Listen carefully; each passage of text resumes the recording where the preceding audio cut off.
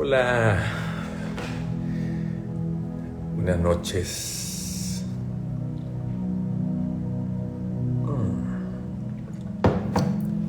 Vamos a dar unos minutitos a que nos acompañen. Hola, Rosy, ¿cómo estás? Bienvenida. ¿Cómo estás? No, puede ser Claudia Prudencio. ¿Cómo estás, Claudia Prudencio? No te vayas, quédate en la plática, Claudia Prudencio. Qué gusto verte, Klaus. Hoy va a ser una plática interesante. Ahorita les voy a comentar algunas experiencias vividas esta semana, pero han sido días muy interesantes de muchas experiencias. Miren, la verdad es que no sabía qué título ponerle a la conversación de hoy. Esta semana he estado he estado leyendo muchísimo respecto a temas que tienen que ver mucho con espiritualidad, pero también estuve atendiendo un seminario relacionado al estudio del Cábala y les platiqué desde la ocasión pasada que este tema del Cábala me tiene muy apasionado. Es un tema bien interesante. La verdad es que en mi ignorancia profunda desconocía lo que implicaba el Cábala y este estudio de la espiritualidad y del mindfulness a través de análisis de las enseñanzas de Dios. Está bien padre, está súper padre. Lo recomiendo ampliamente. Entonces en eso estoy estudiando y estudiando para entender más y crecer. Y miren, a ver, vamos a entrar de lleno. Alexa, bájale. A ver, les voy a platicar. El tema que quiero comentar con ustedes hoy está relacionado a muchos de los aspectos en los que caemos por temas.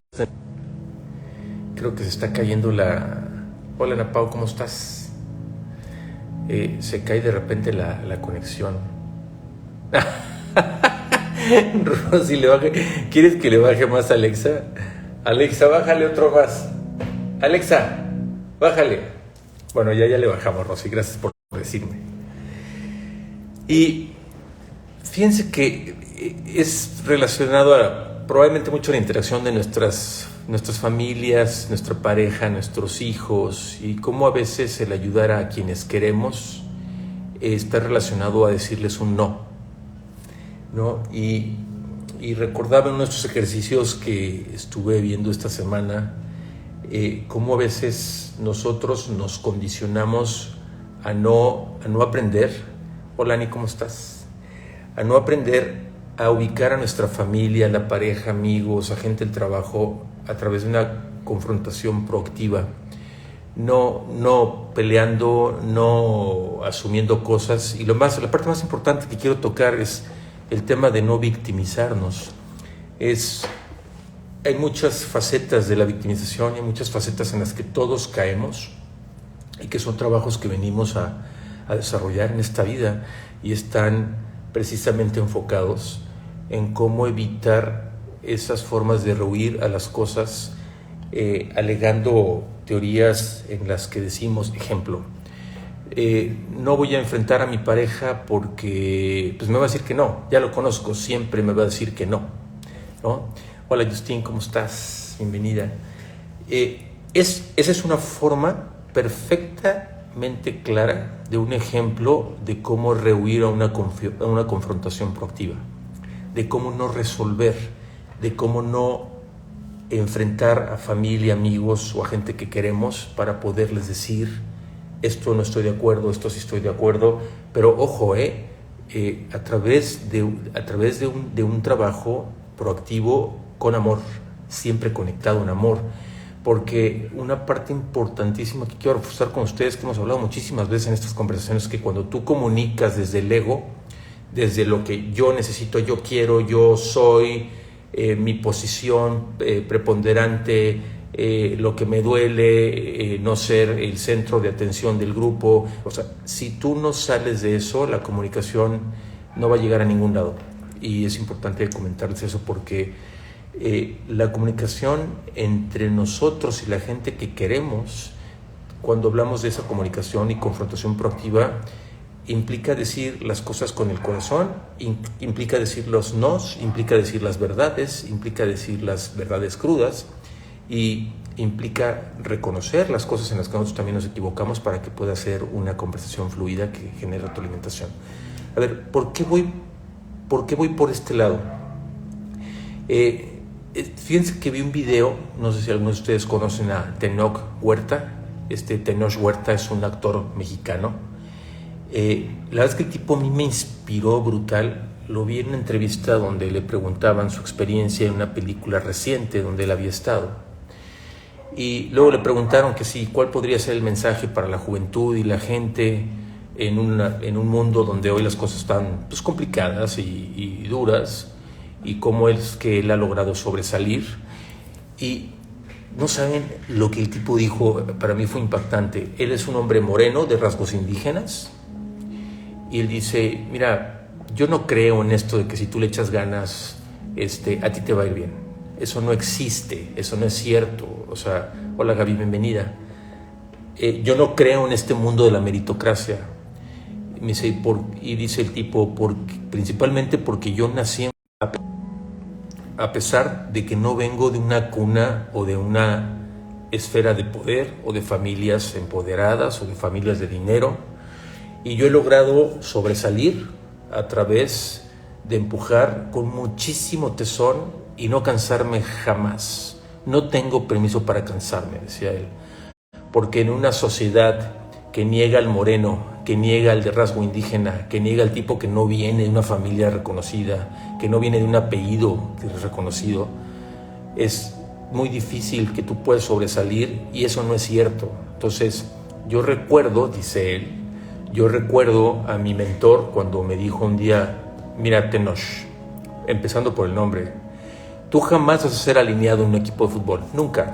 O sea, tú no vas a ser titular. Tú vas a estar siempre en la banca. Hola Irene, ¿cómo estás? Bienvenida. Tú vas a estar siempre en la banca. Tú no tienes cualidades para sobresalir porque no tienes lo que esta sociedad reconoce y aplaude. Cualidades físicas, nombre, poder, todo lo que ya hablamos. Ahí es donde él habla precisamente, denme un segundito por favor.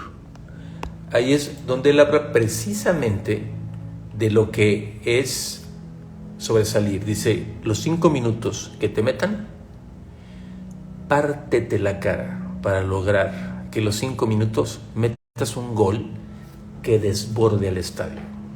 Es tus 5 minutos de oportunidad. Y para lograr eso, tienes que ser más fuerte, tienes que ser más rápido, tienes que ser más inteligente, tienes que ser más capaz, tienes que saber leer lo que van a hacer los otros, tienes que estar por encima de cualquiera. Tienes que estudiar, tienes que prepararte, tienes que leer más, tienes que ser mucho más inteligente, tienes que ser superior en todo lo que puedas para demostrar en tus 5 minutos que eres alguien que el equipo requiere y que eres alguien que sobresale por muy encima de cualquiera de los que están ahí, para que la próxima tú tengas una oportunidad que nadie más va a poder tener. Conectando con esto, hola Darío, Gaby, ¿cómo están? Ana, bienvenidos. Conectando con esta idea, fíjense el tema tan importante, porque yo les hablaba ahorita precisamente de esta confrontación con la familia, con los hijos, con la pareja, y cuando veo el ejemplo de Tenoch Huerta sobre cómo superarte y vivir en un mundo como el que estamos hoy, pues es una cultura o un pensamiento en donde debemos vivir en el yo sí puedo y siempre quiero. Y fíjense cómo esto conecta con las situaciones que están viviendo los chavos de ahora. Y yo hablo mucho de los chavos de ahora porque creo que nuestras generaciones de cristal hoy están padeciendo una cantidad enorme de condiciones emocionales tan bajas, y muchas de ellas a veces propiciadas por nosotros en un patrón que precisamente analizaba esta semana de unas pláticas de una psicóloga que escuchaba, donde decía que precisamente una persona, mamá, seguramente van a terminar haciendo cosas por miedo al pensar que no van a recibir el cariño o el amor de los hijos, de la pareja o de la persona con la que están tratando de confrontar. Por ejemplo, ¿a qué voy? Estas cosas están relacionadas con poder confrontar al otro y hacer tu papel de hablar con el otro sobre las cosas que debe mejorar y tú debes mejorar. Pero para poder dar, el otro debe de querer recibir. Y normalmente, en la educación de nuestros hijos, es difícil que el hijo quiera recibir una retroalimentación en edades de adolescencia, cuando están en un tema de inclusión, son complicadas. Toquemos algunos ejemplos. Esta psicóloga hablaba precisamente, por ejemplo, de la pareja. Hablaba hoy de todo este problema que se está viviendo en la sociedad, donde hay parejas que no están a gusto en la vida que están llevando, y cómo es que una mujer, por ejemplo, que vive con un hombre, y hemos tocado este tema miles de veces, pero pues, el ejemplo es tan bueno como sólido puede ser el caso, ¿no? Una mujer que puede estar con una pareja o con un hombre que, pues, hay maltrato, hay falta de atención, hay engaño, hay deslealtad. ¿Y por qué no se va? Por miedo, por inseguridad. Y algunas de esos casos que yo platicaba, hablaba precisamente por inteligencia. Decía que la persona probablemente tampoco ya siente nada por la persona, pero lo usa para tener la calidad de vida que necesita. Sin embargo, yo creo que ese estilo de vida o esa elección es una elección bajísima. Pero bueno, puede ser el caso. Ahora, cuando tú estás viviendo bajo esa condición, estás teniendo una adicción a algo en donde tú crees que no mereces y tienes que salirte de ese patrón. En el caso de la pareja es, ¿para qué le digo si de todo modo no me va a hacer caso? ¿Para qué hablamos esto si no me va a escuchar? Pero en realidad, en el fondo, hay un miedo de no querer confrontar una situación y otra vez, lo que hablamos en un principio, de victimizarte y decir, no, pues si le digo de todos modos no me hace caso, si le digo no me va a querer. Ejemplo, los papás. Quiero hablar con mis padres para esto y voy a alegar siempre que el patrón de mis padres es que ellos no me escuchan, o el patrón de mis papás es que siempre van a alegar que yo tengo una etiqueta desde joven y van a decir que yo siempre voy a pensar igual. Entonces hay que pensar completamente fuera de la caja y manejarlo de una manera diferente. Y el tema de los hijos, que es el tema que a mí me parece súper crítico. A veces nosotros alegamos que los hijos no escuchan y entonces les terminas haciendo todo. Y entonces estamos generando, o tenemos hoy, una generación de chavos. Y yo lo veo hoy en el trabajo, lo veo hoy en mis amigos que tienen empleados en empresas muy grandes que me dicen, Pancho, llegan, firman el contrato y a la semana me dicen, ¿sabes qué? Está muy pesado lo que estoy haciendo. Chavos con profesión, gente que no quiere esforzarse absolutamente en nada y de repente dejan el trabajo a la semana, al mes. Así está. Entonces, la condición que evaluaba esta psicóloga y decía es que los hijos hoy están enfrentando a unos papás que tienen miedo al rechazo y que tienen miedo a someter a los... Perdón, es que se está yendo la conexión. Entonces, no te voy a permitir que tú hagas tal cosa, pero yo te voy a estar llevando. Es decir, ya no quiero que vayas tú a la escuela con tus amigos y hagas esto, pero entonces yo te voy a estar llevando todas las mañanas para que tú lo puedas hacer.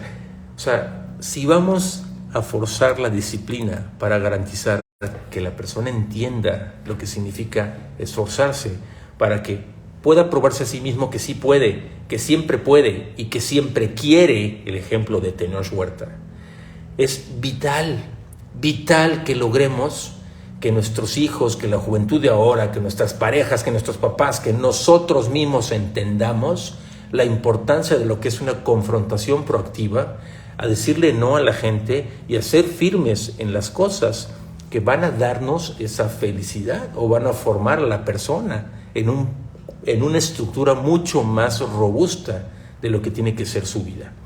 Y esto es un ejemplo clarísimo, porque por miedo inconsciente, no estoy diciendo que los papás tengamos miedo consciente, probablemente si lo pensemos, pero nuestro miedo inconsciente a pensar que nuestros hijos nos van a dejar de querer si los sometemos a un elevado nivel de presión es altísimo, y a veces eso está completamente acompañado de culpa para los que somos papás divorciados o papás solteros, porque pensamos que nos pueden dejar de querer y les pones un castigo y tú terminas castigándote en lugar de que el muchacho resuelva lo que tiene que resolver por sí mismo. Entonces, miren, yo creo que es importante la lección de esta conversación, sí tenemos que trabajar muchísimo en nosotros para mantenernos en un estado altísimo, de pensar que sí puedo, de que siempre puedo, yo sí quiero, Y para esto debemos trabajar en las cosas que nos incomodan. Debemos trabajar en las cosas que nos incomodan. Todo aquello que pensamos y sentimos que son cosas que no nos gusta hacer, que no queremos confrontar, a una persona con la que no queremos negociar, a una persona con la que no queremos hablar, son las cosas que normalmente... Estaba leyendo hace rato uno de los capítulos del libro de Brian Weiss, de Muchas Vidas, y él decía que es imposible que una persona viva en un estado de desamor. Es imposible por las cosas que nos gusta hacer, pero siempre habla él de un ingrediente profundo de amor, que es el que mantiene el motor de nuestro espíritu caminando hacia adelante para superar. Él dice, y yo creo, en mi experiencia personal de vida, que cuando nosotros tratamos de justificar las cosas que no debemos o no queremos enfrentar para mejorarlas, porque nos incomodan, prevalece todavía el amor, pero estamos tratando de justificar por qué no enfrentar. El no enfrentar las cosas que incomodan nuestra vida es no trabajar en nuestra evolución. El no enfrentar las cosas que incomodan nuestra vida es no hacer. Perdón, sí, Irene, perdón, es que se está cortando la señal horrible, la señal de internet. Él decía que el no confrontar las cosas que nos incomodan en nuestra vida es rehuir constantemente a algo que no queremos evolucionar y crecer. Las cosas incómodas que enfrentamos en la vida todo el tiempo son las cosas que nos hacen crecer. Porque además, si tú enfrentas algo que te es incómodo, que no te gusta, pero tratas de resolverlo, probablemente la primera vez te va a costar trabajo, probablemente no lo vas a resolver. Pero la segunda, la tercera, la 10ª vez que enfrentes algo, te va a mostrar el camino para que tú logres salir exitoso de eso o logres bordear una situación que en el futuro no deba ser un problema, y eso implica evolución, eso implica que ya creciste, eso implica que ya diste un paso para superar muchas de las condiciones de las que hablamos del yo sí puedo, yo siempre puedo y yo sí quiero, aunque no me guste, yo sí quiero, porque si lo hago, significa crecer. Siempre que esté el ingrediente del amor, va a estar completamente conectado a ti. Y si tú esfuerzas constantemente tu espíritu para lograr que enfrentes cosas que te incomodan, van a significar crecimiento constante en tu vida. Crecimiento constante. Hola Clay, hola Debbie, ¿cómo estás? Hola Héctor, bienvenidos. Entonces, miren, ya hablamos de pareja, hablamos de los papás, hablamos de la importancia de forzar a los hijos a una superación constante que les incomode. Créanme, incomodar a nuestros hijos implica, por amor, forzarlos a crecer. Incomodar a nuestros hijos significa hacerlos crecer en amor. Incomódenlos. Les dije en un principio que a veces ayudar a quienes queremos implica decirles no. El no significa que odies, el no significa que no quieras, el no significa a veces una manera de ayudar a quienes más amamos. Deben trabajar en cosas que te incomodan y deben dejar de ignorar los retos que te incomodan. Tienen que aceptar sus vulnerabilidades. Podemos ser celosos, podemos ser tristes, ¿no? Y la vulnerabilidad, al ser aceptada, te permite crecer.